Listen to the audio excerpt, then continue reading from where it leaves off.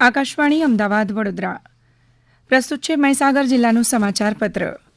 આંતરરાષ્ટ્રીય મહિલા દિવસની ઉજવણીના ભાગરૂપે લુણાવાડા સ્થિત 42 પાટીદાર સમાજ ઘર ખાતે જિલ્લા પંચાયત પ્રમુખ બાબુભાઈ પટેલના અધ્યક્ષ સ્થાને મહિલા સંમેલનનું આયોજન કરવામાં આવ્યું. આ પ્રસંગે જિલ્લાના તમામ તાલુકાઓમાંથી મોટી સંખ્યામાં ઉમટી પડેલી મહિલા શક્તિને સંબોધતા પ્રમુખશ્રીએ જણાવ્યું કે મહિલાઓ માટે માત્ર 8મી માર્ચ નહીં પરંતુ વર્ષના તમામ 365 દિવસો મહત્વના છે. તેમણે પ્રધાનમંત્રી નરેન્દ્ર મોદીના વર્ષ 2047 સુધીના વિકસિત ભારતના સંકલ્પને સાકાર કરવા માટે મહિલાઓના સશક્તિકરણ અને તેના ઉચ્ચ સામાજિક સ્થાનને અનિવાર્ય ગણાવ્યું. પોતાના પ્રાસંગિક ઉદબોધનમાં શ્રી પટેલે સરકારની વિવિધ કલ્યાણકારી યોજનાઓનો ઉલ્લેખ કર્યો. તેમણે જણાવ્યું કે રાજકારણમાં 33% અનામતની જોગવાઈ અને ડ્રોન દીદી જેવી ક્રાંતિકારી યોજનાઓ માટે બજેટમાં કરવામાં આવેલો વધારો મહિલાઓને આર્થિક રીતે આત્મનિર્ભર બનાવી રહ્યો છે. મહીસાગર જિલ્લામાં ધૂળેટીનો તહેવાર ગોઝારો સાબિત થયો હતો. જિલ્લાના કોઠબા તાલુકાના રાઘવના મુવાડા ગામે ધૂળેટીની મજા માણવા ગયેલા એક જ ગામના 4 યુવાનો તળાવમાં ડૂબી જતા મૃત્યુ પામ્યા હતા.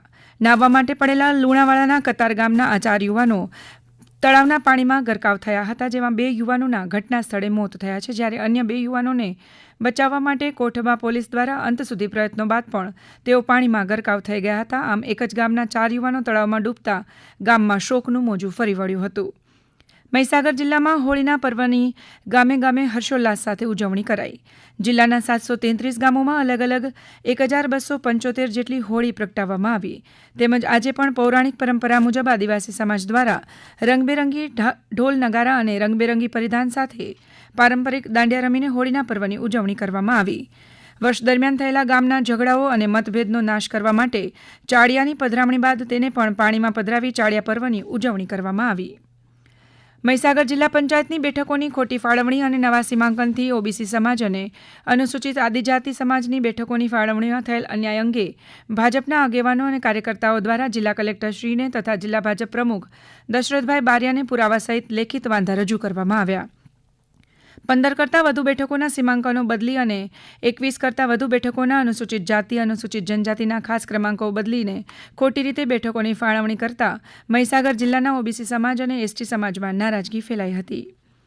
તાજેતરમાં રાજ્યમાં જુદા જુદા જિલ્લાઓમાં આવેલા જળાશયોમાં નાહવા પડેલા વ્યક્તિઓના ડૂબી જવાથી ઘટનાઓને ધ્યાનમાં રાખતા સલામતી હેતુથી જિલ્લાના જળાશયો પર પ્રતિબંધ ફરમાવતું અધિક જિલ્લા મેજિસ્ટ્રેટનું જાહેરનામું બહાર પાડવામાં આવ્યું હતું. આ ભયજનક સ્થળોએ કે જ્યાં કોઈપણ વ્યક્તિઓ કે પ્રવાસીઓના જળાશયોમાં ડૂબવાનું જોખમ રહેલ છે, ત્યાં જાહેર સલામતી લોકોના જાન અને સ્વાસ્થ્ય સલામતીને થતું જોખમ અટકાવવા સમગ્ર જિલ્લામાં તાત્કાલિક અસરથી આગામી 23 એપ્રિલ સુધી તમામ નદીઓ, તળાવો, નાળા કે નહેરો જેવા પાણીના વહેણવાળા જોખમી સ્થળોએ કોઈપણ વ્યક્તિને નાહવા, તરવા કે કપડાં ધોવા કે માછલી પકડવા પર પ્રતિબંધ લગાવવામાં આવ્યો છે. આ ઉપરાંત તમામ જોખમી સ્થળોએ ઊભા રહીને મોબાઈલ કેમેરામાં ફોટા કે સેલ્ફી લેવા પર પણ પ્રતિબંધ મૂકવામાં આવ્યો છે. મહીસાગર જિલ્લા કલેક્ટર કચેરીના સભાખંડ ખાતે જિલ્લા કલેક્ટર સુશ્રી અર્પિત સાગરના અધ્યક્ષસ્થાને જિલ્લા સંકલન અને ફરિયાદ સમિતિની એક બેઠક યોજાઈ. આ બેઠકમાં જિલ્લાના વિકાસલક્ષી કામોની સમીક્ષા કરવાની સાથે પ્રજાકીય પ્રશ્નોના ઝડપી અને હકારાત્મક નિકાલ લાવવા પર ભાર મૂકવામાં આવ્યો. આ બેઠકમાં બાલાસિનોરના ધારાસભ્ય માનસિંહ ચૌહાણ અને લુણાવાલાના ધારાસભ્ય ગુલાબસિંહ ચૌહાણ ઉપસ્થિત રહ્યા હતા. ધારાસભ્યશ્રીઓએ પોતપોતાના મત વિસ્તારના નાગરિકોને સ્પર્શતા પાયાની સુવિધાઓના પ્રશ્નોને વાચા આપી હતી, જેમાં ખાસ કરીને પીવાના પાણીની વ્યવસ્થા, શિક્ષણના પડતર પ્રશ્નો, અન્ન અને નાગરિક પુરવઠાને લગતી બાબતો, વીજળી પુરવઠો, નવા રસ્તાઓના નિર્માણ, શહેરી આવાસ યોજનાના લાભાર્થીઓને પડતી મુશ્કેલીઓ અંગે વિસ્તૃત ચર્ચા કરવામાં આવી હતી.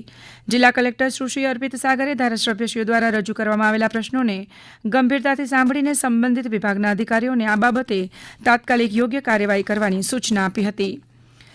મધ્ય ગુજરાત વીજ કંપની લિમિટેડ દ્વારા સ્માર્ટ મીટર પખવાડિયાની ઉજવણીના ભાગરૂપે ગ્રાહકોમાં જાગૃતિ લાવવા વિવિધ કાર્યક્રમોનું આયોજન કરાયું. 9 ફેબ્રુઆરીથી 23 ફેબ્રુઆરી સુધી ચાલેલા અભિયાન અંતર્ગત લુણાવાડા વિભાગીય કચેરી દ્વારા લુણાવાડા શહેરના મુખ્ય ફુવારા ચોક ખાતે લાઇવ ડેમોન્સ્ટ્રેશન કેમ્પ પણ યોજાયો. મહીસાગરના સાપડિયા ગામે NFSM પલ્સ યોજના હેઠળ ખેડૂત તાલીમ શિબિરનું સફળ આયોજન કરવામાં આવ્યું. આ શિબિરનો મુખ્ય ઉદ્દેશ ખેડૂતોને આધુનિક ખેતી પદ્ધતિઓથી અવગત કરાવી તેમનામાં આવક વૃદ્ધિ કરવાનો હતો. હમણાં જ આપ સાંભળી રહ્યા હતા મહીસાગર જિલ્લાનું સમાચાર પત્ર, જેના લેખક હતા કૌશિક જોશી. પ્રસારણ આકાશવાણીના અમદાવાદ વડોદરા કેન્દ્ર પરથી કરવામાં આવ્યું.